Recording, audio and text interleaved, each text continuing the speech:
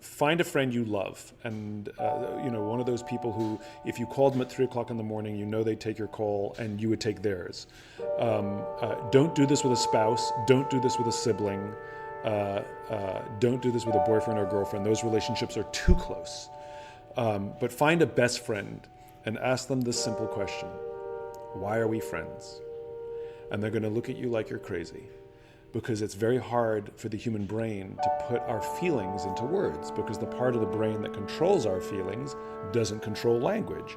This is why we use metaphors and analogies, and why we struggle to tell people how we actually feel. It's because it's a different part of the brain.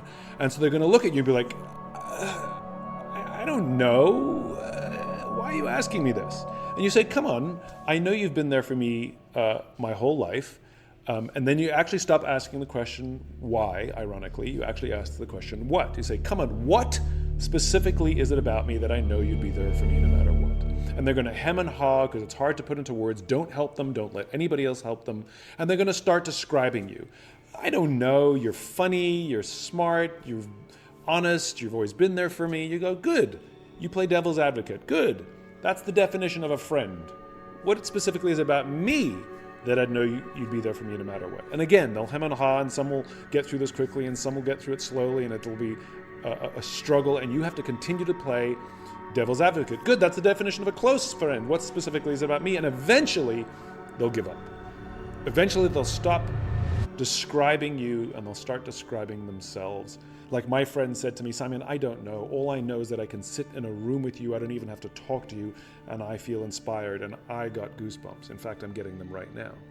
They will put into words the value you have in their life, and you will have the emotional reaction. You'll either well up with tears or you will get goosebumps. This puts you in the ballpark. This is where your why lives. And if you do this with multiple friends, they will say the same kind of thing. In fact, sometimes they'll say the same exact thing, because your why is the thing you give to the world, and amongst your closest and best friends, it is the space you fill in their lives. So that's a fun little way you can find your why. The simple answer is no. A why is the sum total of who you are. It is the sum total of the experiences you had when you were a kid, the way you were raised, what you got from your parents, your family, your friends, that made you who you are. You can change the way you navigate the world. You can change what you do, but you can't change who you are. Our lives offer us opportunity to live in balance with who we are or not. Like if we start doing things that are counter to who we are, our friends say to us, it's like, I don't know who you are anymore, right? And that is what your why is. Your why is the fundamental core of what inspires you. It is the spark that drives you.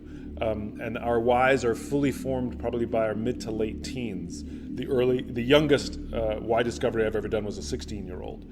And that's it. So no, a why does not change.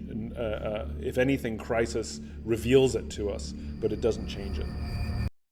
I don't care what someone's motivation is. My only rule is they have to want it, that it should never be thrust upon them. So I will never coerce, push, convince, or pressure someone to learn their why.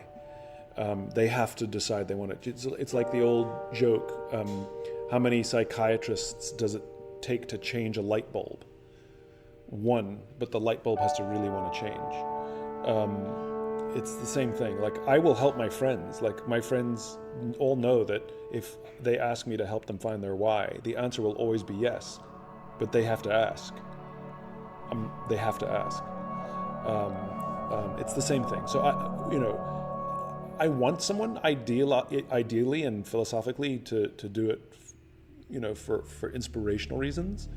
But if they're going through a hard period or a dark period, or there's fear, then if this is a tool that helps, then maybe I don't care what the motivation is. Maybe I don't care if it's for inspirational reasons, or maybe I could argue that it's all inspirational.